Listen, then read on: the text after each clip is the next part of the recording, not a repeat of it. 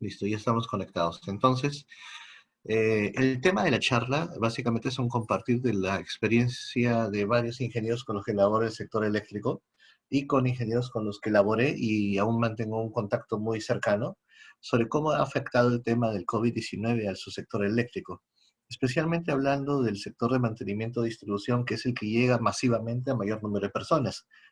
Entonces, siempre hemos estado escuchando acá me están consultando, dar un uso del audio y pasar las preguntas. Por regla general, como esto va a ser corto, por desgracia solo tendremos una hora, y yo ya puse en el tipeo al inicio que los últimos 10 minutos van a ser para sus preguntas.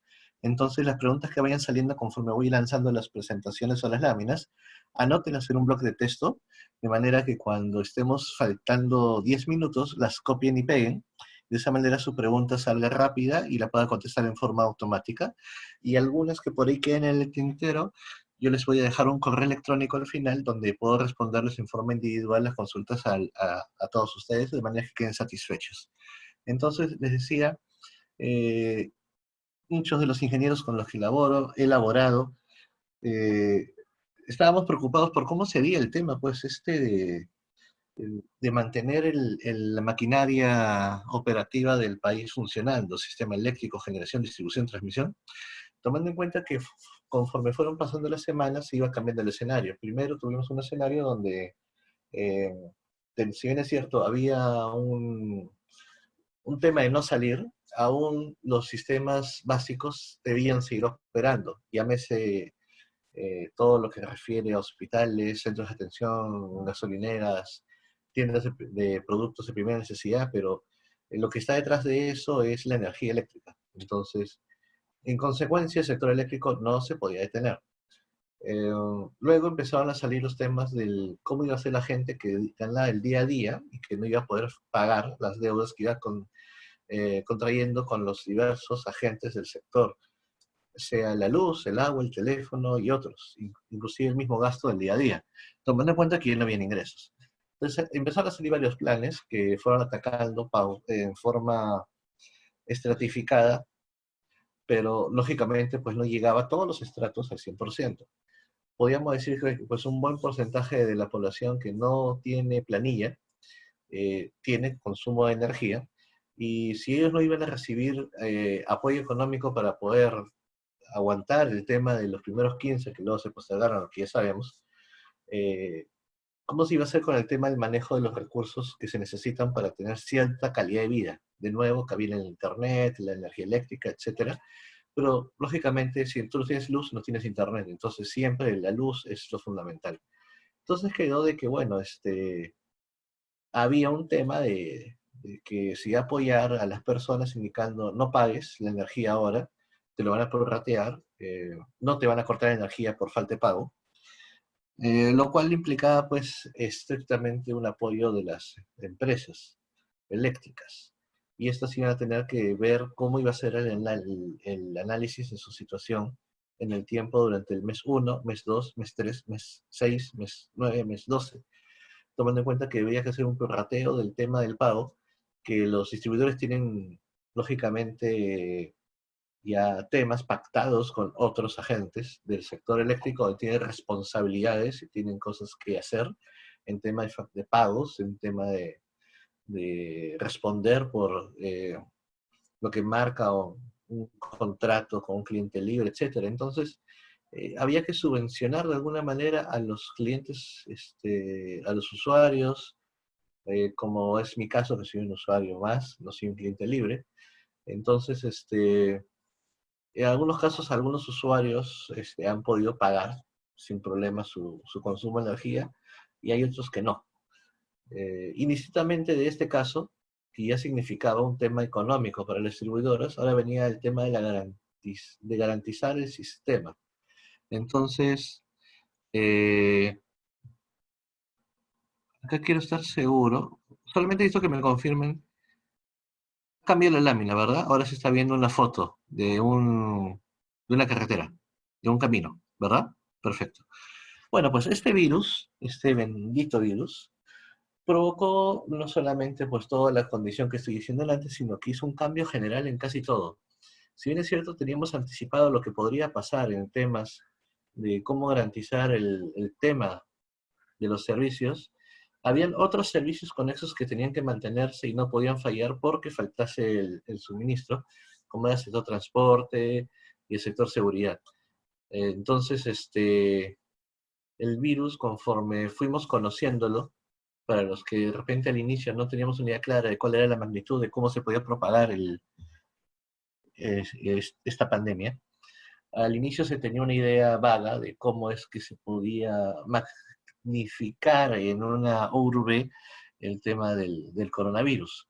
Entonces, como consecuencia ya de las mediciones que se hicieron en otros países y como consecuencia también de lo que se observó en decisiones muy malas tomadas por otros gobiernos donde permitieron indiscriminadamente que la gente se enferme, terminamos tomando la decisión aquí, algunos lo criticarán o otros lo alabarán, pero el hecho es que se tomó una decisión y eso es lo que hay que aplaudir. Al menos no hubo duda en eso. Si se toma una decisión, se toma con todo. Se tomó la decisión pues de cerrar casi todo. Eh, y esto provocó pues que las personas tuvieran que hacer un tema en el sector. Entonces, el tema de cadena de pagos es una cosa pues, fundamental. Eh, las responsabilidades no las puedes simplemente lanzar por la ventana porque sea un decreto legislativo, decreto ley o algo, o cualquier comunicado pues, que sale del Palacio de Gobierno que te dice, bueno, haz esto. Tiene que haber un contexto y una forma. Entonces las empresas empezaron a hacer sus escenarios y dando sus recomendaciones para ver cómo podíamos mantener el tema de los pagos por los temas energéticos. Yo trabajo en una empresa de transmisión eléctrica. Entonces, en el tema del sector de transmisión, no hay tanta complicación debido a que tiene un pago garantizado. La tarifa, hay partes en las que dependen pues, de cómo se evalúa la máxima demanda de un año. Normalmente este tema cierra de marzo a abril de cada año. Y justo pues, corresponde que estamos en el mes en que se hace el quiebre para el tema del cálculo tarifario, donde sale el tema de la remuneración para los transmisores y cuánto es lo que deben entregar los generadores, los distribuidores, etcétera, que coincide con el quiebre de la demanda que se ha disminuido en un 25 a 30% de la máxima demanda país. Entonces, este tipo de cosas, estos escenarios, obligan a que uno se ponga a pensar cómo garantizaré entonces los pagos de los proveedores que necesito yo para seguir sosteniendo su sector. En el tema de transmisión y generación, han habido planes de choque donde se ha hecho la operación con el mínimo cantidad de personal posible, no por el tema económico de no poder cubrir con sus pagos, sino por el tema de reducir la probabilidad de contagios, dado que el personal en estos sectores es más escaso que en la distribución, que es más grande. Entonces, el tema de la protección de la gente fue una variable importante en los planes que tuvieron las empresas para ver cómo tomaban o atacaban la complicación de tener un sistema que ahora la condición de entorno era si podía contagiarme o no, y esto me podía sacar de la ecuación, pudiendo colocar en riesgo la confiabilidad del sistema. Entonces, poco a poco se fueron desarrollando planes conforme íbamos evolucionando en la cuarentena. Perdón, acá hay una consulta que dice en qué situación queda el proyecto Yenango del Insta 500 que están por empezar en abril. Eh, Voy a anotarla para contestar al final, pero dando una respuesta muy rápida, le puedo decir pues, que todo ha sufrido un fuerte retraso desde el punto de vista de logístico y de personal, porque el personal se ha reducido considerablemente. Y los proyectos se están evaluando nuevas fechas de inicio, tomando en cuenta las complicaciones de exportación, importación y movimiento de materiales. No está prohibido al 100% el tema de traslado de recursos por las carreteras, siempre y cuando estos estén asociados a insumos que requiere la sociedad. Otro tipo de traslado ha quedado terminantemente prohibido, así como los viajes interprovinciales. Entonces, eso está afectando bastante y está provocando un replanteo para poder explicar esta consulta que hicieron acá. Por favor, esta le he respondido porque me gustó, pero traten de hacer las consultas al final para no salirnos mucho del tema. Entonces, luego venía el tema. Qué raro, no quiero avanzar el PowerPoint. No, la continuidad de servicio. Entonces, todas las empresas tienen claro que tienen que mantener su continuidad de servicio sí o sí. Eh, por un tema de tanto como de calidad de atención, de indicadores, imagen, multas, sanciones, auditorías. Hay un montón de razones por las cuales la empresa debe mantener su continuidad. Entonces, varias de las empresas de distribución, acá hay un ejemplo de lo que está publicado en la página web de Enel, pues dan ánimos a la población indicando pues de que no vamos a parar, que tengan paciencia, que juntos vamos a salir adelante, que todo saldrá con el apoyo de todos, y eso es súper positivo, pero claro, lógicamente no se ve el dolor que sufren las empresas de energía, eh, se grafica pues en la complicación que hay ahora de cómo podemos proteger al personal que debe salir a la calle a hacer atenciones de emergencias para poder garantizar la continuidad del servicio eléctrico. Tomando en cuenta pues que los grupos humanos que salen a hacer mantenimiento son grupos homogéneos, compactos, por lo que implica que hay un factor de riesgo oculto, que es el de justamente la homogeneidad. Esto se los explico así. Si en una cuadrilla tenemos un gordito, por lo general casi todos son gorditos. O si tenemos una cuadrilla con gente de 45 años promedio, es que todos tienen casi 45 años. Es difícil tener grupos heterogéneos. No es normal, no es muy común en el tema de mantenimiento ver cosas así. Y esto provoca que, pues, cuando se hace la evaluación del grupo de riesgos de la gente que elabora el mantenimiento, nos sale pues que de un grupo humano que sale a hacer una actividad de mantenimiento, sea preventivo o correctivo o de alumbrado público o el que fuere, el promedio de la gente que elabora en esa cuadrilla tiene las mismas dolencias. Y un tema muy arraigado, por desgracia, en el sector eléctrico de mantenimiento es el tema de la alimentación. Eh, los que hemos trabajado pues en campo sabemos pues que es muy poco probable encontrar un lugar donde encontremos lugares de comida que sean veganos, que sean lights, que sean bajo en grasa.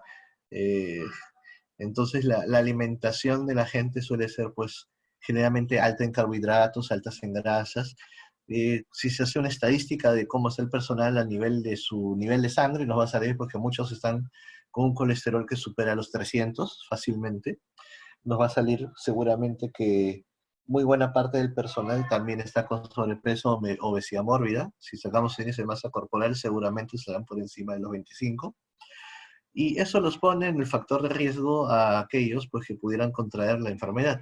Sin mencionar de que no hemos analizado si tienen o no enfermedades preexistentes, como pueden ser respiratorias o incluso pues, hipertensión arterial o asma. Entonces, ¿cómo puedo hacer yo frente a una condición donde tengo esas variables, pero tengo que mantener la continuidad de servicio pues, a un costo que me permita mantener a la gente? Esto, por ejemplo, visto desde el punto de vista del contratista, porque algunas empresas eléctricas no utilizan personal propio, sino se hacen subcontratación, se hacen contratos por el servicio de lectura, de repartición, de medición, de mantenimiento, de operación, de grúas, de alumbrado, etcétera. Entonces el personal no forma parte de la planilla del distribuidor. Generalmente el que está en el distribuidor puede ser el personal pues, que hace la supervisión o las órdenes, sea de mantenimiento o de obras o del tipo que fueren. Entonces, el distribuidor tiene que estar también metido en el problema, tiene que considerar el problema. Mi contratista debe responderme de acuerdo a lo que se necesita para poder atender a mi mercado, a mi cliente, a mi negocio. Eh, yo ya le he puesto exigencias en el contrato marco, donde hablamos de seguridad, de evaluación, de EPPs, pero nunca tocamos un tema de una pandemia. Ni siquiera en un plan de choque tal vez hayan considerado el tema de una pandemia. Posiblemente los planes de choque que hayan tenido hayan considerado un sismo, un terremoto, un maremoto, un huaico, pero es muy poco probable que hayan considerado alguna vez una pandemia, un tema donde por contagios masivos el personal quede con descanso o separado y no tengamos suficiente personal para hacer todos los mantenimientos necesarios programados en el año. Entonces, lo que se tiene que hacer pues es ver qué capacidad de respuesta nos da el contratista, y el contratista tiene que ponerse a pensar, bueno, ¿cómo voy a atender esto?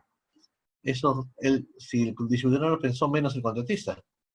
Entonces, en lo que se tienen que poner de acuerdo es, bueno, Defíneme qué cosa consideras que es una gripe, qué cosa es una pandemia, qué cosa es estar de descanso, cuándo aplico en un descanso. Es decir, en el contrato por lo general pues definimos cosas relacionadas a la actividad como, por ejemplo, qué es un mantenimiento, qué es una corrección, qué es una emergencia. En la parte de seguridad definimos cuándo aplico en un descanso médico, qué es un descanso médico, qué es una falta grave, qué es una falta leve. Hacemos muchas definiciones de seguridad, pero lo que está faltando en las definiciones hoy en día, pues es decir, qué cosa es un brote, cómo defines una cepa, qué cosa es un virus, qué cosa es el COVID, qué es una epidemia, qué es una pandemia.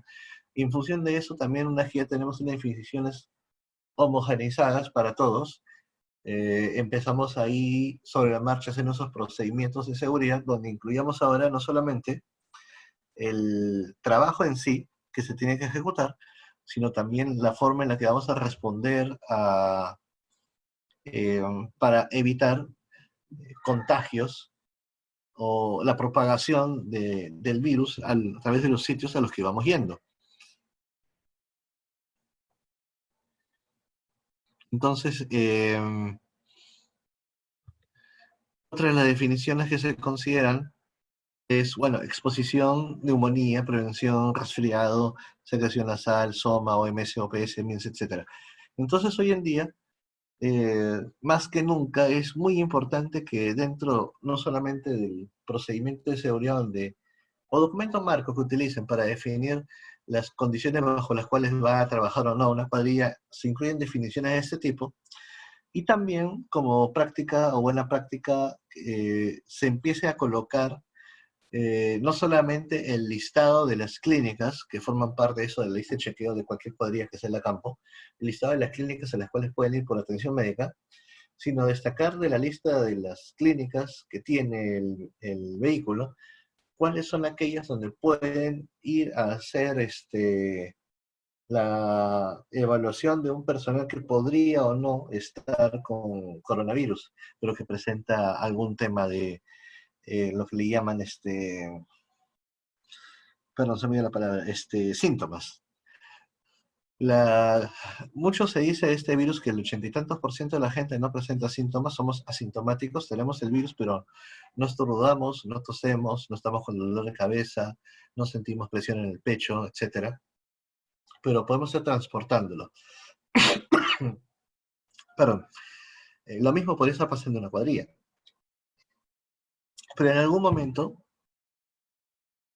de acuerdo a cómo se encuentran nuestras defensas, podría ser que pase de asintomático a asintomático. Entonces, el personal tiene que saber qué hacer cuando uno de sus compañeros durante la labor empieza a manifestar cualquier síntoma, cómo separarlo de una forma humana, contacto, porque se ha visto mucho por televisión que cuando una persona aparenta tener los síntomas, lo tratan peor que un leproso. Y es natural porque la gente tiene miedo. Entonces, inclusive hay que entrenar a la gente para que pueda actuar en consecuencia de una forma adecuada, tanto para protegerse como para también proteger a la persona que están llevando a la clínica. También tiene que haber un tipo de entrenamiento de lo que es la conciencia de sí mismo y la conciencia de los demás para poder hacer esto de una forma empática. Si bien es cierto, los técnicos hacen trabajo técnico y no tendrían por qué meterse a un tema médico, de psicología y otras cosas, pero la naturaleza de esa situación que los va a acompañar durante fácilmente los siguientes 9 meses o más, lo hace una necesidad. Eh, Tengan en cuenta que uno nunca sabe cómo va a reaccionar una persona que pueda o no puede tener un mal como este. Podría ser una persona que está depresiva, que tiene antecedentes de familiares con pulmonía y solamente lo sabe, se entera y si recibe la noticia de muy mala manera, pues es capaz de hacer una locura. Entonces hay que incluso en los controles, evaluaciones que haga la gente de seguridad, las he visto muchas encuestas y yo mismo he llenado muchas y propuesto bastantes, de qué es consultarle al personal antes de mandarlo al campo. Primero, el tema de la preexistencia o no de enfermedades, si tienes o no hipertensión, si sufres de colicéridos, tu talla, tu peso, para hacer más o menos un cálculo del índice de masa corporal, si hay antecedentes o no familiares de alguna enfermedad de las que se han mencionado, si vives o no con personas que tienen esas condiciones. Es decir, el área de seguridad debe tener todas esas consultas respondidas por el 100% del personal, hacer un cruce de cuál personal puede y cuál personal no podría salir al campo, porque su probabilidad de riesgo es demasiado alta, y reordenar las cuadrillas de manera que puedan trabajar con gente que tenga menor riesgo. Eso reduciría la posibilidad de que ocurra algo. Y adicionalmente a eso, modificar los controles o IPPs que deben llevar en la cuadrilla. Y trabajar con el menor número de cuadrillas posibles para reducir la posibilidad de contagios. Esto implicaría, pues, meterse a un problema laboral.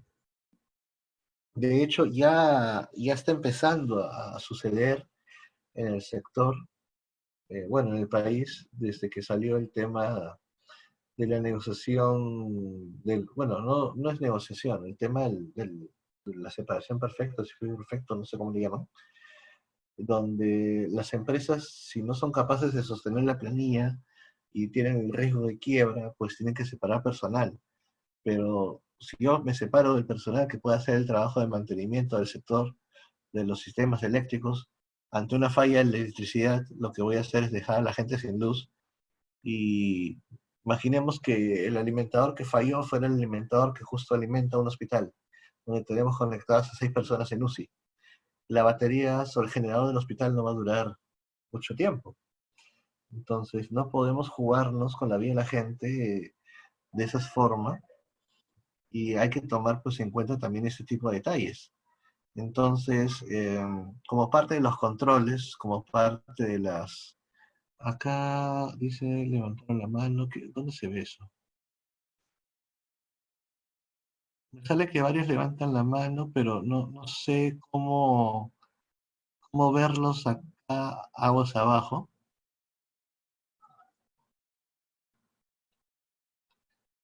Doy clic al cuadradito a ver quiénes son, pero se me borra. Pero sí estoy viendo que hay personas que están levantando.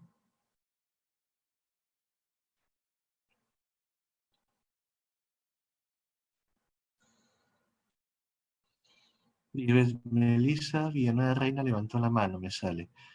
Eh, a ver, 727, a ver, ah, de la persona que levantó la mano,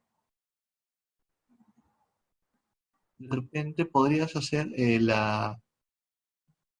comentario que deseas hacer en audio abierto también para que las personas lo escuchen.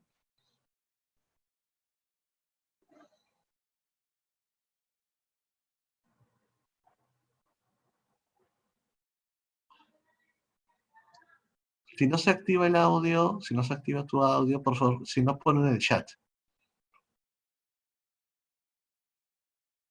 Sí, he visto que han mandado bastantes alertas de levantado de mano aquí.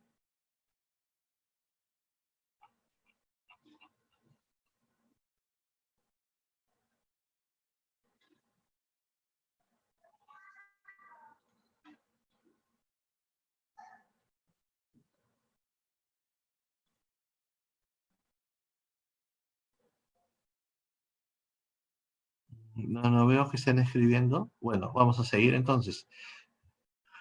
Listo, entonces, la necesidad. Con todo este preámbulo un poco largo, perdonen, pero es que toda la situación es así. Uno tiene que hacer entonces su análisis. Sea yo el contratista, sea yo la empresa distribuidora con personal propio que voy a mandar a la gente al campo a ser expuestos ante la situación. Entonces, ¿cómo protejo a la gente? Y ya de por sí tengo un procedimiento, tengo documentos, tengo procesos, sí, pero es que ninguno me protegía contra un tema de una pandemia, o en ningún lado me entrenaron Para un tema de estos. Generalmente ese entrenamiento se recibe por gente que está acostumbrada a trabajar con riesgo biológico. Sin embargo, en el subsector eléctrico, el mayor riesgo biológico que encontramos es cuando hay nido de avispas o cosas por el estilo, donde hay tema de ponzoña, hay insectos ponzoñosos, etcétera. Y ese es el mayor riesgo biológico que había. Entonces ahora con este nuevo enemigo en el centro del escenario, tenemos que tener pues una herramienta que nos permita trabajar. Por herramienta me refiero a un sistema de gestión. Eh, entonces, pues vamos a tener que trabajar en la seguridad, en los CPPs.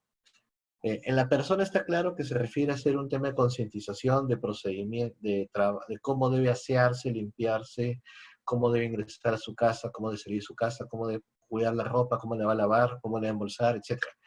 De eso se ha hablado muchísimo.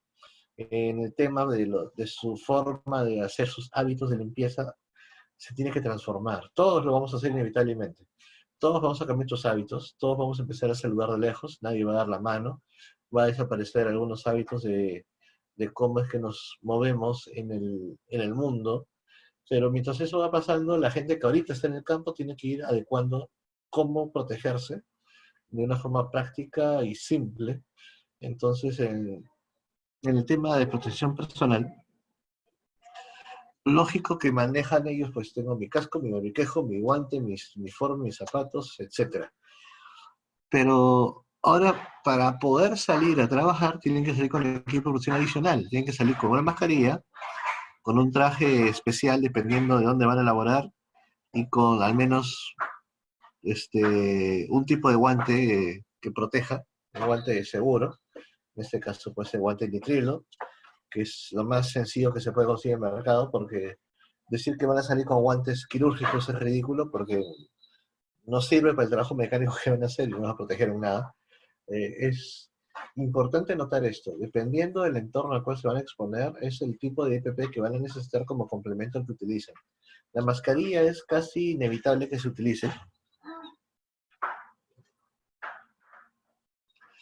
Ya, hay una mascarilla especial, eso sí es importante, hay una mascarilla especial que tiene el tamaño idóneo para que el tamaño del coronavirus no pase. Como regla general, pues si usamos tela, ahorita en Gamarra están fabricando mascarillas especiales para los militares, con una tela por lo menos de 150 gramos. Eh, Hay unas máscaras especiales 3M que tienen doble filtro, que son sólidas. Hay otras mascarillas que son las tipo neck. Este, pero, por ejemplo, si quieren hacer una prueba simple de si la mascarilla que le han dado es buena o no, hay dos tips básicos que le pueden servir. Por ejemplo, tip número uno, no puede ser translúcida. O sea, en pocas palabras, si yo me la pongo la mascarilla a la altura de la vista y puedo ver lo que hay atrás, no sirve. Y lo otro, pueden hacer la prueba de humedad. Soplar. El soplado de la mascarilla. No debería pasar el aire. No puedes apagar un poco. Eso. Acá mi suegra me está dando otro tip más. Si la mascarilla es buena, por ejemplo, usted se la pone y pone un fósforo en su delante, por más que soplen no van a poder apagar el fósforo. Esos son tips sencillos, básicos, de un chequeo, de un técnico que puede hacer en campo, sin necesidad de tener la hoja técnica o la datasheet del producto que le han entregado, porque para empezar, bueno, cualquiera te da cualquier datasheet, ¿no? Y te entrega un producto y tú tienes que verificar su prueba. No vas a ir a un laboratorio a hacer la prueba de la máscara, ni vas a ir a un laboratorio a testear los guantes, porque no tiene ningún sentido. Entonces la gente conoce trucos, tips para hacer esto rápido. ¿Cómo hacemos con los guantes eléctricos? La prueba de insuflación. ¿Cómo hacemos con los guantes eléctricos de baja tensión? Lo hacíamos globito y apretábamos, buscando, o hacemos la prueba de la burbuja. Es decir, los técnicos tienen sus técnicas para verificar sus EPPs. Entonces aquí es exactamente la misma cosa. No vamos a pues, hacer protocolos espectaculares para prueba de máscaras, porque simple y sencillamente como las máscaras son descartables y quizás usemos 2 o 3 al día, más tiempo vamos a pasar probando la máscara que trabajando. Entonces, estas verificaciones básicas son suficientes. Ahora, ¿por qué? Porque el bendito coronavirus afortunadamente tiene un defecto que nos es útil. La cochinadita es gorda, es un pelotón, comparada con los otros virus. Los otros virus que son mucho más pequeños, en escala de micrones, pueden atravesar cualquier tipo de tela o máscara, pero el coronavirus no puede atravesar una máscara de tela que tenga las características de prueba que les he dicho. No lo pasa. Entonces, y otra cosa que tiene que quedar perfectamente clara es que ustedes están usando la máscara, de repente les suena raro, pero no la están usando la máscara tanto para evitar contagiarse, sino su principal uso es evitar contagiar a otros. Que si bien es cierto, te protege por si alguien te estornuda y no te pasa a ti, pero seamos sinceros, la probabilidad de que venga una persona y te estornude en la cara es mínima. Entonces, pero si tú estuvieras enfermo y estornudas y no tienes la máscara, propagas el virus. Entonces, el uso mayoritariamente de la máscara es evitar propagar el virus, contener al virus, no tanto como para evitar que te contagies.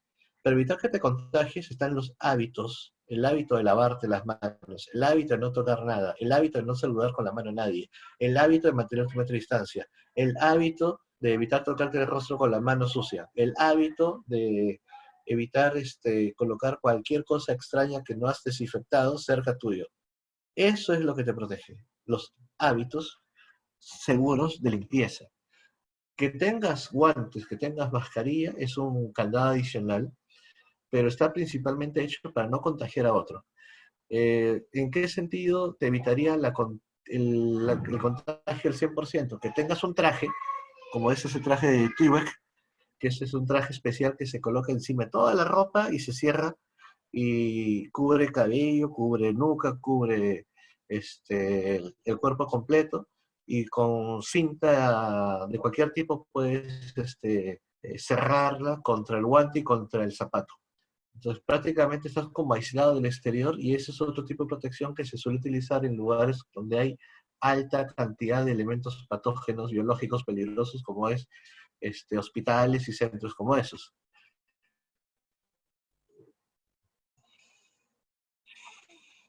Más que seguro que el MINSA. Ya. Básicamente, acá están haciendo consultas sobre lo que es el MINSA. Todo lo que el MINSA está sacando de las características técnicas del producto mínimo que pueda ser aceptado para trabajar es válido. Está revisado por gente que conoce mucho, así que por ese lado hay cierto nivel de confianza. Se ha hecho un equipo multidisciplinario a nivel de inmunólogos, de gente experta en pandemias, de mismos doctores y especialistas, etcétera. Entonces, lo que se está sacando es lo que sirve. Y después, las mascarillas que quitan cartuchos o filtros sí sirven. Inclusive, justo forma parte del slide que sigue, ¿perdón? En el tema de la ingeniería, hay una página web que ustedes pueden entrar gratis ahorita, que es Hack the Pandemic. En Estados Unidos han hecho modelamiento en 3D de todo aquello que puede ser impreso para poder hacer protección contra el COVID-19. Han subido planos de mascarillas, han subido planos de máscaras, han subido planos de viseras, han subido planos inclusive de lo que son los soportes para cualquier tipo de máscara o careta para el sector de medicina, para proteger a los médicos que trabajan en emergencia. Han hecho planos y diseños para mascarillas de simple filtro y doble filtro. Han hecho incluso diseños eh, para lo que son los equipos desinfectantes, estas como cápsulas, no, perdón, estas cositas que está usando el ejército, estos arcos que te ponen el líquido pulverizado y te echan alcohol y luego te echan lejía, no sé qué los está echando, pero ese diseño también está hecho en 3D. Entonces lo descargan, si tienes impresora 3D lo imprimen y ya lo tienen listo. Eso sirve. Lo que necesitas a las cabinas desinfectantes, ese es el nombre. Entonces lo que necesitas simple y sencillamente que tenga claro en el concepto de la protección de la máscara, es que esta máscara cubra completamente la nariz, sea autoajustable al perfil de tu cara, baje hasta el contorno de tu boca, pase por debajo del mentón, de manera que tú cuando muevas la boca, hables, respires, inhales, exhales, todo se quede ahí atrapado. Cuando tosas o estornudes por un tema de alergia o reacción o te estés atorando, lo que sea, tampoco escape nada, todo se queda ahí atrapado. Entonces tiene cierto nivel de flexibilidad. Entonces están haciendo diseños 3D que permiten hacer la máscara y luego se complementa con tela o con algún elemento plástico adicional de un mayor nivel de flexibilidad que lo que bota la impresora 3D, que suele ser más rígido, y todo eso se coloca con una cinta, o se hace un conjunto de protección casco, lente, visor, visera, que también lo pueden descargar de esta página web. Absolutamente gratis, la ha hecho la gente que está intentando ayudar en el mundo. Entonces, hay muchos esfuerzos a nivel internacional dados por los el MIT, la IEEE, universidades nacionales e internacionales en Brasil, en Colombia, en Argentina. Todos están trabajando en equipo para poder hacer kits que sirvan de elementos de protección personal para la gente que tiene que laborar en la calle. Eh, Lógicamente ahora no se está viendo tan masivo como debería ser, pero yo tengo noticias porque un grupo IEEE del cual trabajo yo han mandado 300 caretas a Trujillo para el personal médico que está allá desde Lima y están intentando mandar un segundo convoy de unas 500, pero el material para hacer las caretas se nos ha acabado. El material se llama acetato. Y ahorita estamos buscando recursos para poder darle a la persona que las está imprimiendo el acetato. Como hay muchos temas de importaciones cancelados por la pandemia, donde hay cierre de aeropuertos y otras cosas, la logística del material se nos está haciendo muy compleja, pero eh, están saliendo estos esfuerzos. Entonces, cada universidad en la que yo tengo contacto con la gente del IEEE está haciendo estos esfuerzos y los está llevando a los hospitales de forma gratuita. La gente está quemando con sus propios peculio estas cosas y los está entregando. Entonces, eso es algo positivo porque indica que hay una solidaridad muy fuerte. Entonces, el personal que tiene que salir a la calle, que no es el personal médico ni el del ejército, sino es el electricista, pues necesita algo semejante. Ahora, ustedes dirán, yo tengo la careta para tema de arco eléctrico, entonces me voy con esa careta. Bueno, esa careta te puede proteger si te estornudan o viene una partícula hacia el externa, pero solamente es utilizada cuando estás en un entorno donde hay partículas. Si no hay un entorno de partículas, en realidad no te va a servir. Entonces se tiene que complementar con el lente y se tiene que complementar con la máscara. Ahora hay muchas personas que de repente no estén acostumbradas al uso de lentes. Por ejemplo, esta es una careta que se está haciendo acá en el Perú y se está masificando su entrega en los hospitales. Ustedes no lo ven mucho en la calle, en los policías o los militares, porque ellos no emplean esto. Y eso tiene una explicación bien sencilla. ¿Por qué lo usan los médicos de la UCI o de emergencia? Porque cuando al paciente que está entrando en crisis tenemos que ponerle el entubado, hacerle una traqueotomía o meterle el plástico por la garganta para que respire, forzosamente provocamos un efecto en la persona de escupir, de atorarse, de intentar respirar, se traganta, y dependiendo incluso del nivel de, de criticidad en el que se encuentra, hasta puede botar sangre. Por lo tanto, la máscara que se emplea es precisamente para evitar que todas esas cosas, esos otros líquidos que la persona posee y que puede expulsar por la boca, lleguen a la cara del especialista médico.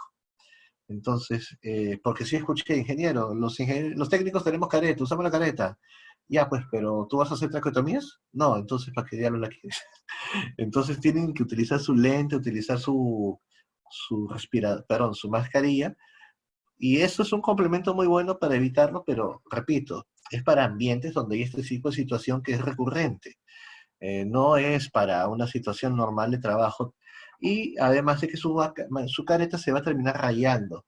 Las caretas que usan en emergencia son descartables, porque están hechas de plástico simple.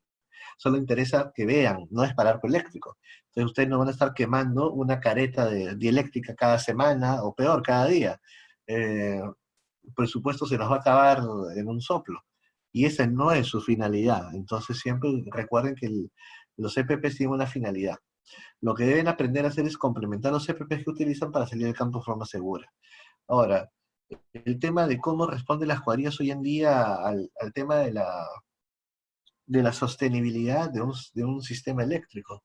Bueno, algunas empresas podrán mantener de repente una planilla, pero no todas lo van a poder porque el sector también se ha afectado. Si bien es cierto, varios están cumpliendo con sus obligaciones y eso es algo extraordinario, es un tremendo esfuerzo. Y ante ahora la duda de cuánto tiempo más durará este asunto, y no estamos seguros, lo más acertado sería que solamente tengamos lo mínimo indispensable para operar, pero eso implica que mucha gente no va a estar en la calle trabajando. Los ingenieros podemos teletrabajar, pero el técnico no, entonces acá va a haber un problema. Y va a ser complicada la situación. Eso sí, sí, obviamente ustedes ya lo deben haber percibido o ya lo saben, pero será una situación que durará fácil los siguientes 90 días con el tema del validar si es que en estos 90 podremos o no empezar poco a poco a salir y provocar que el sector se vaya reactivando, pero ahorita los planes de reactivación económica están yendo pues por lo más, este, bueno, está yendo lento, porque ahorita se está decidiendo cómo se va a manejar, si las obras van a continuar, si los proyectos van a continuar, si van a licitar proyectos nuevos para intentar inyectar plata al sistema, y todo eso también pues mueve al sector eléctrico, porque somos finalmente el sector que alimenta todo ello. Entonces, ahorita, hace una semana, un webinar muy bueno sobre qué perspectiva se ve en el tema de la salida del tema de la crisis. Una buena noticia es de que no estamos tan mal como la mayoría de los países de Sudamérica. El punto de quiebre se espera pasar en un año y los demás países están en un escenario de 3 a 4 años. Entonces, a pesar de todo, estamos por ahí más o menos bien a comparación de, al menos para que sientas que estás ganando algo, compárate con uno que está perdiendo más. Ahora, si los comparamos entre nosotros y sin ninguna referencia adicional, pues la cosa está fea. Pero vamos a depender de un montón de variables que aún no conocemos. Por ejemplo, la salida de la vacuna, si va a haber alguna estrategia nueva que pueda permitir la producción, la generación o el tema de incentivar de alguna forma el sostener los empleos, etcétera. Entonces, prácticamente es un tema que se va ajustando cada semana. Pero el punto de quiebre, o el punto de inflexión, mejor dicho, en que el sector eléctrico se va a recuperar, sí está visto que va a ser en un tiempo de no menos de un año. Entonces, tienen que irse preparando para ese número. ¿Qué es lo que se quiere decir con ese punto de inflexión? Si imaginamos que fuera, pues, que la curva está yendo en bajada, en un punto de vista de la cantidad de gente que sale, que produce, que trabaja y que consume, cuando volvamos al punto de quiebre para subir, ese llamado punto de inflexión en que se levanta la economía, debería pasar entre 9 meses a un año. Pero la recuperación o que estemos de nuevamente en el punto en el cual partimos antes del COVID no será antes de un año. Ese es el punto de inflexión para el sector eléctrico. Entonces, regresando al tema de la seguridad, pues indudablemente para poder evitar que esto decaiga más, tenemos que trabajar con la mayor cantidad posible de EPPs, procesos y seguridad, pero ya tomando en cuenta los riesgos biológicos que antes no, lo único que poníamos era si había un avispero, como mencioné. Si no había avispero, no había riesgo biológico. Ahora, cada cuadra, cada persona, cada lugar es un lugar donde tenemos que verificar si estamos o no comprometidos o podemos estar en riesgo. La tecnología que se ha ido, eh, digamos, subestimando en los últimos años, hoy en día parece ser que está tomando un nuevo posicionamiento.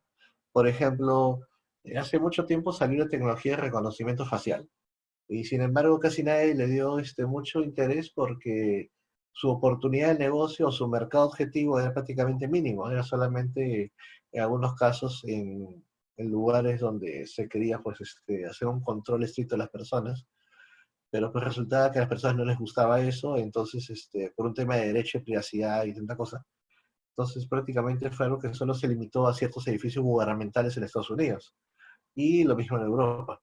Pero la tecnología existía desde hace más de 10 años. La termografía existe desde hace muchísimo más tiempo de que me graduara, fácil muchísimo más. Y uno de los usos interesantes que apareció en el cine fue cuando se vio la película de Depredador. Ahora, fusionemos, por ejemplo, la serie 24, donde salió todo lo que era reconocimiento facial, en tema del uso de las cámaras en Estados Unidos. Muchas películas han utilizado esa figura imaginaria, pero desde el punto de vista de ubicar a un criminal utilizando las cámaras. Ahora, fusionen eso con la termografía. Entonces tendríamos una tecnología que podría termografiar y reconocer a la persona en tiempo real en donde quiera que se encontrase mientras tengamos esta cámara ahí. Eh, en el mundo, por ejemplo, ya saben ustedes, hay cámaras de vigilancia que sirven para seguridad ciudadana. Y estos sistemas existían en el mundo desde hace más de casi 14, 15 años. Y en el Perú, pues llegó hace 2 años, más o menos con cierta fuerza, y ya se usa. Entonces, como este sistema ya tiene unos 15 a 20 años de antigüedad, entonces tranquilamente podemos decir que si lo empezamos a usar, estamos en nuestra curva natural de uso de tecnología. Imagínense ustedes lo que sería colocar una cámara al ingreso de un colegio, al ingreso de una empresa eléctrica, al ingreso de una fábrica, donde reconoce a la persona y graba su temperatura en tiempo real, con una diferencia de 0,1 segundos, te toma 5 o 4 imágenes. Entonces yo podría controlar la temperatura de esa persona cuando ingresa y cuando sale todos los días. Cuando encuentre un diferencial de temperatura que considero peligroso, esta persona la regresa a su casa y la manda a cuarentena. Y como esté identificada, notifico al Ministerio de Salud o a quien sea, para que le haga un seguimiento especial o lo marque como una persona con potencial de tener coronavirus. Y esa tecnología existe hace mucho tiempo, pero poca gente le dio el potencial porque en ese entonces no había nada como una pandemia. Eh, y estas cámaras se pueden colocar donde sea. Por ejemplo, podemos poner en la oficina y estamos mirando a 15 oficinistas con la misma cámara. Y como tiene reconocimiento facial, sabe quiénes son las 15 personas y tomamos su temperatura en el día. Cualquiera que sufra un diferencial de temperatura porque se está afiebrando, lo identificamos antes de que tenga un tema potencial de colapso y lo mandamos al hospital. Porque el problema con el coronavirus es que cuando ya presentas los síntomas, prácticamente estás a 2 o 3 días de sufrir un ataque de fibrilación pulmonar, si es que eres propenso o tienes alguna de las características que te hacen débil ante el virus. Y si no, bueno, pasarás una gripe en tu casa. Pero el problema es que si no te das cuenta al inicio del proceso y te das cuenta ya cuando estás tosiendo, cuando estás muy afiebrado y cuando te duele mucho el cuerpo, en ese momento ya el coronavirus ya se metió en tus pulmones y no hay mucho que hacer. Simplemente rezar de que cuando llegue esa emergencia haya un pulmón artificial que te cuide. Entonces, la detección temprana de los síntomas es lo que realmente pues, hace la gente. Hay gente que es muy recia y dice, no, sí, no, solo es una gripita, ahorita me pasa. Nada, en ese momento tienes que decir que tienes posibilidad de tener coronavirus y hacerte el hisopado. Y si te sale negativo, entérgate, mantente ahí, no te muevas. Hay gente que se ha muerto simplemente porque no toma en cuenta los síntomas a tiempo, los notificó muy tarde. Entonces, esta herramienta podría ser la ideal para salvar vidas y existe en el mercado. No es una herramienta que se tiene que inventar. Otro sistema que se está utilizando en el mercado es el sistema de monitoreo de personas. Hay un reloj que te mide la temperatura, la presión arterial, te geolocaliza, te manda mensaje de texto y, bueno, de IAPA, como es un reloj, te mide la hora. Entonces, imaginen que tengan un proyecto, una línea de transmisión o distribución de 40 a 60 kilómetros y tienes la gente repartida. En algún momento, alguno presenta síntomas, el reloj automáticamente lo va a avisar y vamos a poder mandarlo oportunamente a una emergencia antes de que toda la hora se termine y recién bajen a la ciudad. Entonces, esto se está utilizando mucho para prevenir eh, no solamente contagios en las cuadrillas que hacen trabajos de obras largas en líneas, sino que también para mandarlo de forma oportuna al hospital. Entonces, estas tecnologías ya existen aplicables para el sector. Cualquier sector, industrial, minero, colegio, educación, universidad, lo que sea. Pero particularmente yo le veo un potencial muy grande a este relojito para lo que son proyectos eléctricos. Al final, como siempre se dice, la seguridad cuesta. Eso lo hemos sabido desde que entramos a trabajar. Pero hoy en día, con esta amenaza, ¿qué se puede hacer? Te la puedes jugar y llevarte ahí en la conciencia o haces acción y ves la manera de adquirir estos sistemas. Los subvencionas, pides al Estado, negocios, haces que el Estado lo compre y lo reparta, no sé. Pero hay cosas que se pueden hacer complementarias al fabricar los pulmones artificiales, complementarias a la fábrica de las telas, complementarias a las mascarillas, complementarias a todo lo que se está haciendo. Existen estas cosas hoy en día en el mundo, tranquilamente podrían significar la diferencia. Entonces, me pasé por 4 minutos. Por favor, todos los que hayan tenido las consultas, empiecen a pegarlas y yo voy a empezar a leerlas. A ver, acá dice, los túneles de desinfección no han sido recomendados por la OMS.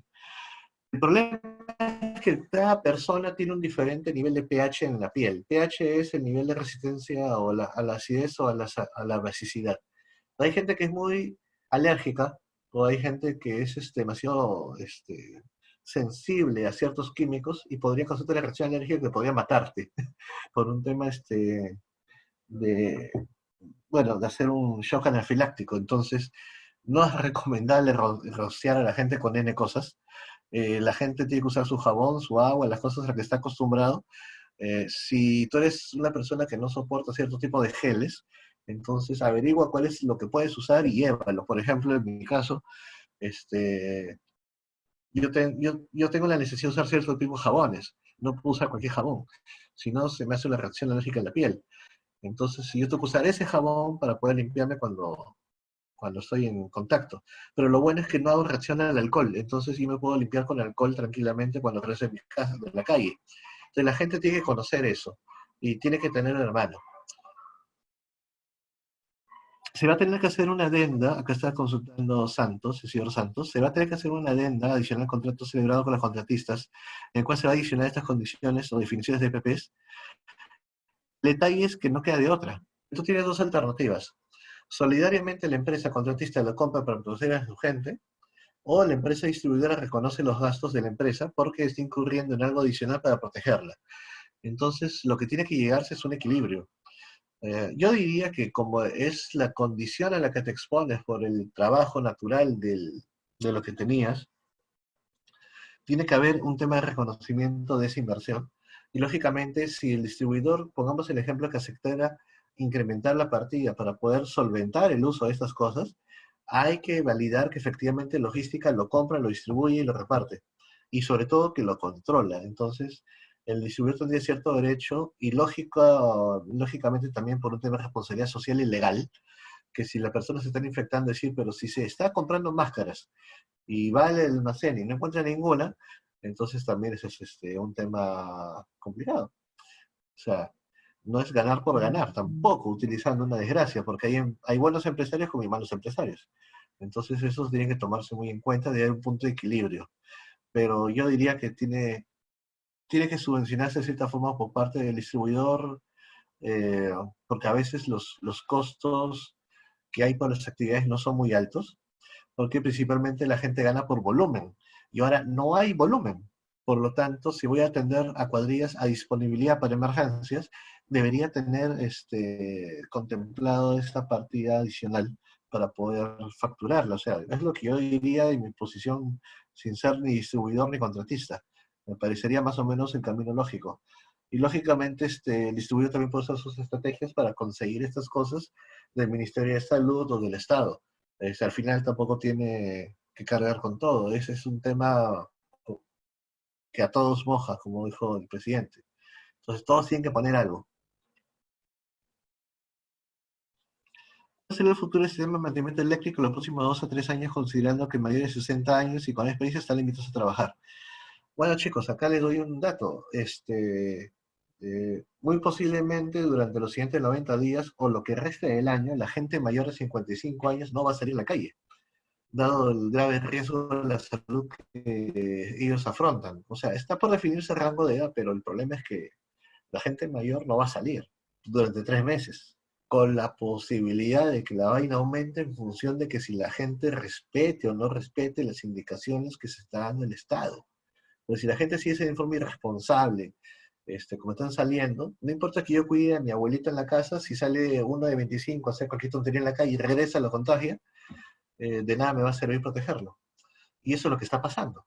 Entonces, muy posiblemente salga eso y la gente que está laborando pues va a encontrarse con esa problemática. Ya no van a poder salir porque es una orden de emergencia. Entonces, acá va a tener que hacerse algo. Acá sí me agarra un frío, porque yo venía pensando eso hace varios días. ¿Qué hacer con la gente que tiene más de 60, que trabaja, que tiene experiencia, pero va a estar limitado por un tema legal? La empresa cómo lo va a mantener, cómo va a sostenerlo, va a ser muy complejo. La verdad es que no se me ocurre una solución simple, más que el tema de lo que le están llamando el bendito esto despido perfecto, con incentivos para que pueda sostenerse durante los meses que vienen, con la promesa de la empresa de que luego será reasimilado cuando ese tema termine. Pero como digo, muchas de las variables que van a haber en los siguientes 90 días van a depender de cómo evoluciona el tema de la obtención de la vacuna. La verdad es que al final todo depende de la vacuna y todo va a ser en función de esa bendita vacuna. Es una pregunta compleja, la verdad es que el escenario se ve muy, muy difícil para la gente mayor, tanto por el tema que ya les menciono como por el tema de que son la gente que está en riesgo. Entonces no deberían salir a laborar, pero es que la verdad es que en ese país hay gente que si no sale a trabajar no tiene cómo vivir.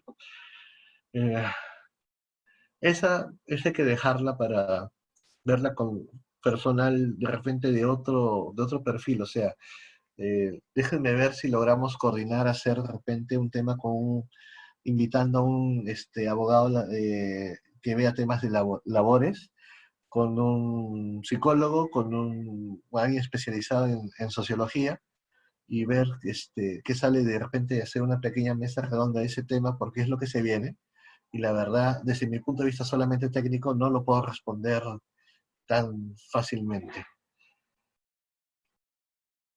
La mayoría de las empresas privadas, acá consulta el ingeniero Remy Momán, contrata terceros, a terceros. Los EPPs tendrán que ser certificados hasta el momento. No existe empresa alguna. A ver, no entiendo bien. La mayoría de empresas privadas contrata terceros los EPPs. Tendrán que ser certificadas. Hasta el momento no existe empresa alguna. Hay empresas que sí certifican los EPPs dependiendo de la hoja técnica que ésta tiene. Por ejemplo, lo hace CAPEC, lo hace Logitech, lo hace TDM, lo hace... Bueno, hay varias. Que tú llevas el EPP y te lo prueba en función del protocolo que tiene como diseño para su función elemental. Si es un tema dieléctrico, la prueba dieléctrica. Si es un tema mecánico, la parte mecánica. Pero en tema médico no hay ningún ensayo médico para los EPPs que usa la gente que trabaja en electricidad. Por lo tanto, ahí lo único que queda simple y sencillamente es el uso de la mascarilla, los guantes, adicional los lentes. ¿Por qué los lentes? Porque, como saben, el tema del virus también puede entrar por la vista o la persona inconscientemente se puede agarrar los ojos estando en la calle. Entonces, para evitar que esto ingrese por la vista, se está recomendando que los técnicos utilicen los anteojos en todo momento. Si son anteojos tipo Google, que tapan completamente la vista, es muchísimo mejor. Pero evidentemente esos goggles que cuestan 24 soles son mucho más caros que los lentes típicos de protección antiimpacto blancos o negros que cuestan en promedio de 8 a 9 soles. Pero es una forma de protección. Para aquellos que no usan careta, pueden usar los goggles para protegerse la vista. Ahora, estos sí tienen un tema de ensayo, pero siguen siendo ensayos bajo el cual se diseñó, dieléctrico, mecánico y eléctrico. No existe un ensayo médico. El MINSA todavía está sacando el tema de qué características tendrían los elementos de protección que use la gente, pero aún no ha salido, aún está pendiente y seguramente va a salir, pero por ahora aún no se ha publicado nada al respecto. Hugo Vargas consulta, teniendo en cuenta lo que dijo, debemos solicitar a la clínica que realizamos exámenes médicos ocupacionales medir la aptitud médica, incluyendo la prueba del COVID. ¿Cómo puedo garantizar la seguridad de los trabajadores en su traslado a su casa, trabajo, lugar de trabajo? Listo. A ver, bueno, sobre la primera parte de los exámenes médicos sí tiene que haber un tema de la estadística de quiénes están o no con riesgo en función de enfermedades persistentes, coronarias, colesterol, triglicéridos, temas respiratorios, quiénes tienen antecedentes, quiénes son fumadores, quiénes tienen asma, quiénes tienen antecedentes de asma o han sufrido en su infancia alguna enfermedad pulmonar fuerte, por ejemplo, tuvieron tuberculosis y no se recuperaron, cosas por el estilo, dan una alerta de riesgo. Y eso tiene que llevar la estadística a la empresa y al mismo tiempo sería bueno pues, dar una copia de esto a los centros médicos cercanos a radio influencia donde trabaja la gente. Pues de esa manera tienen un complemento al perfil de la gente cuando llega en su historial médico. Pero el tema de cómo garantizas lo que hace cuando sale y cuando llega, esto es persona. Como ya se dijo muchas veces, hay un slide donde yo hablé persona, medio, proceso. Bueno, el tema es ahorita hemos visto el medio, los EPPs, pero el tema de la persona son los hábitos, ya les mencioné. Vamos a cambiar nuestra forma de ser, vamos a cambiar nuestra forma de actuar, vamos a cambiar cómo vemos al mundo, vamos a cambiar incluso cómo empezamos a trabajar, perdón, a tratar el tema de limpieza en nuestras casas. Eh, Mucha gente de repente nunca en su vida se dio cuenta de cuántos platos tiene en su casa, cuántos cuchillos, cuántos tenedores, cuántos libros, porque hay que limpiar un montón y lavar bastante. Y hoy en día, como estamos acá encerrados, lavamos y limpiamos bastante y nos damos cuenta que eso nos hace un ambiente más seguro y más pulcro y más limpio, sí. Y eso tenemos que llevarlo a la calle también. Entonces, la única manera es que la gente cambie sus hábitos haciendo un tema de concientización. Hay un curso que yo conozco que se llama Seguridad Basada en el Comportamiento, que justamente ataca esto. Es un curso que se lleva precisamente para hacer conciencia de los hábitos buenos y malos que tiene la gente, para potenciar los buenos hábitos y eliminar o tratar de reducir los malos hábitos. Y esto atacaría directamente el tema de cómo yo garantizo eso aplicando esta metodología. Entonces, si gustan, podemos a futuro, si están de acuerdo, hacer un curso, ya no charla, sino curso quizás a futuro, sobre eso, seguridad basada en el comportamiento.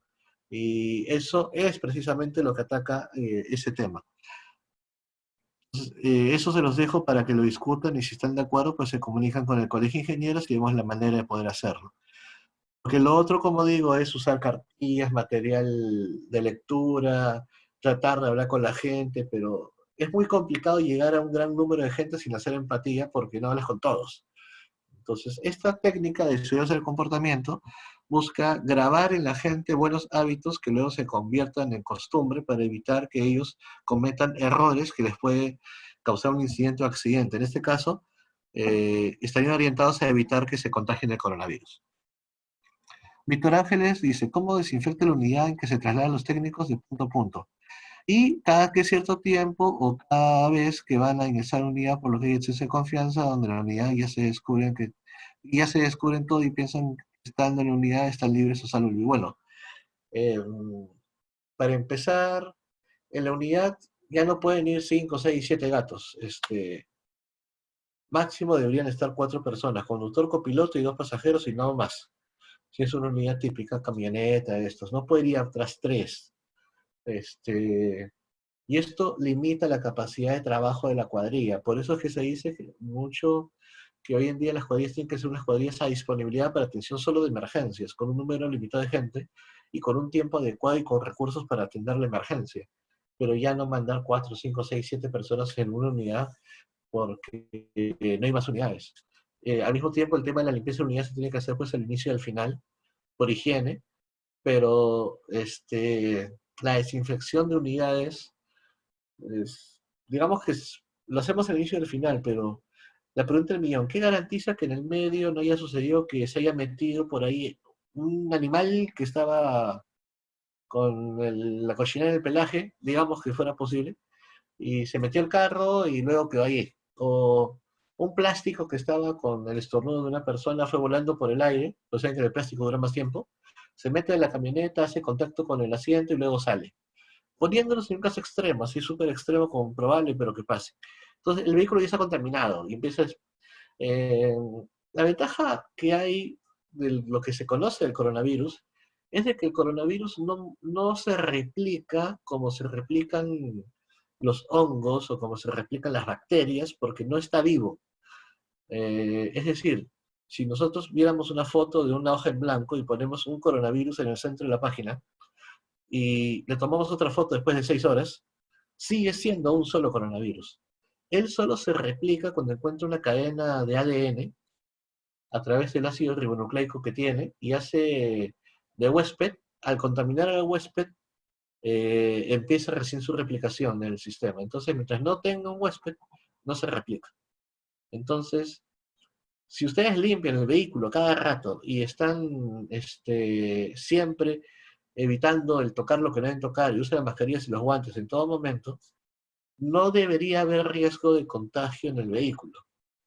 Pero si no lo limpian, no lo desinfectan, lógicamente podría suceder que en un descuido de alguien, no por consecuencia de que esté el virus ahí, sino en un descuido, alguien toque una parte del vehículo que no debe tocar y justo en esa parte estaba ese coronavirus esperando la oportunidad y se le pegó.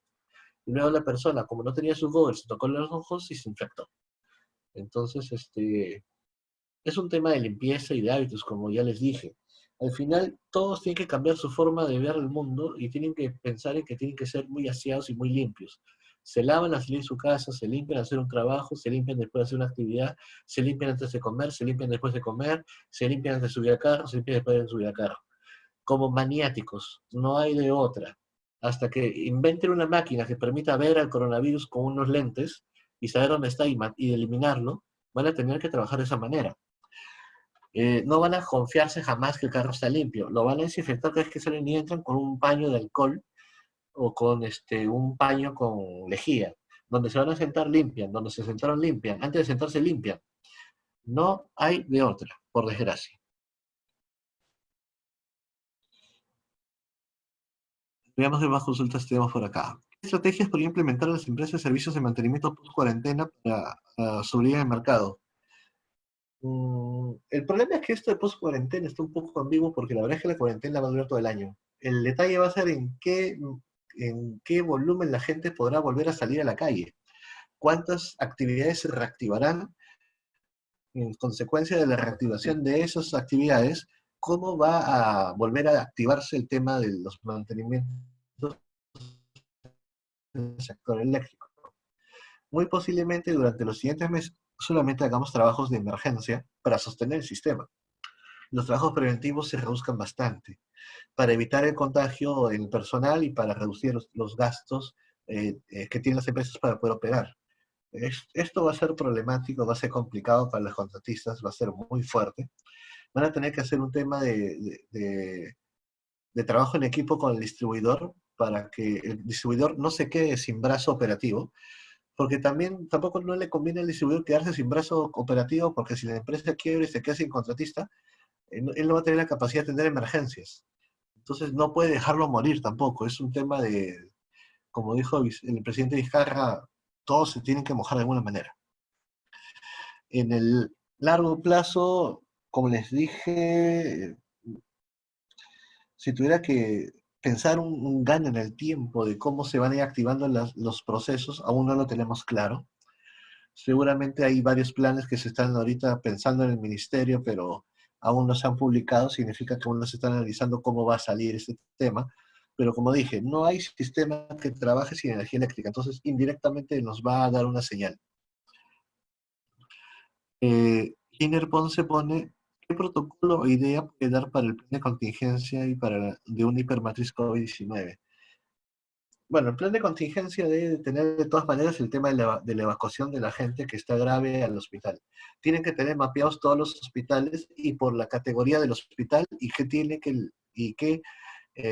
dónde están ubicadas los centros de atención para los contagiados por COVID y los no contagiados por COVID.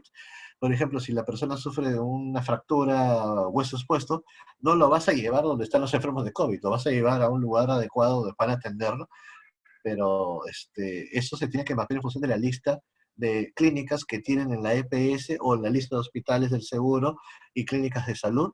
Tienen forzosamente que hacer un cambio en la matriz hiper, haciendo el tema de riesgo biológico algo mucho más fuerte y estricto, con otros controles. Yo voy a publicar un trabajo sobre el hiper para COVID dentro de un par de semanas, lo estoy terminando de afinar, y de repente eso puede servirles de guía. Rosali consulta, los operadores del sector eléctrico cuentan con experiencia y algunos de ellos o son mayores o presentan enfermedades persistentes. Sí, ese es el problema que hemos tocado hace un momento. La verdad es que cuando salga el tema de que la gente mayor de 50 y tantos o 60 no pueda salir a trabajar, va a atacar a mucha gente que ya estaba en el límite de la jubilación, pero que aún laboraba porque es el sostén de su familia o su propio sostén. Esa situación va a ser compleja. Como mencioné, ahorita no sé cómo responder muy bien eso porque tiene demasiadas aristas, tiene demasiados temas, donde mi competencia personal técnica no basta para darles una respuesta completa. Por eso sugerí de repente hacer una reunión con especialistas de varias ramas, recursos humanos, medicina, legal, coaching, psicología y técnico para poder ver cómo responder mejor eso. David Consulta acá, en mi caso superviso una ampliación y la contratista desmovilizó a sus trabajadores. Es lógico. Consulta contratista al momento de hacerle retornar ese, tenía que pasar cuarentena. Sí, tienen que pasar la cuarentena. Y es más, cuando realicen la obra, tal vez inclusive tengas que hacerle el tema de la separación durante 15 días a ver si muestra algún síntoma antes que entre las obras. Y la logística para tener a la gente separada va a ser muy compleja, porque a veces hay campamentos donde la gente en un solo lugar dormían 14, 17 o 20 personas. Y ahora vas a tener que ver la manera de que cada uno duerma en una cama separada de los demás. Y pasen el periodo de vida de este bicho de 15 días, luego les tomes la temperatura, les hagas el hisopado y recién los mandes al punto. Entonces va a ser un tema bien complejo. La verdad es que va a ser, vas a tener que aplicar eso, porque la otra es no lo haces, mandas a la gente y se te enferman arriba. Basta con que tengas un enfermo suficiente, toda la gente va a caer y va a ser lo mismo, entonces, o peor, porque vas a quedarte sin gente. En la desmovilización que provocó el retorno del personal ocurrió ese fenómeno, pero lo inverso es inevitable. Claro. A ver, vamos a leer una más. Nos hemos pasado 15 minutos. Vamos a leer una pregunta más y hasta ahí lo dejaríamos. Vamos a ver.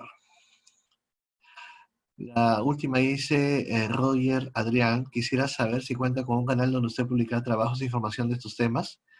Eh, Tengo temas que estoy publicando en mi Facebook, pero principalmente lo publico en mi canal de YouTube. Pero por ahora, mi canal de YouTube tiene más que nada material de mantenimiento y trabajo con tensión.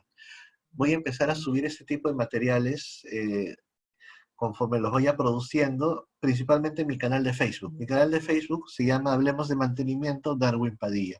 Se suscriben y cada vez que yo saque algo relacionado a ese tema, lo van a poder ver en línea.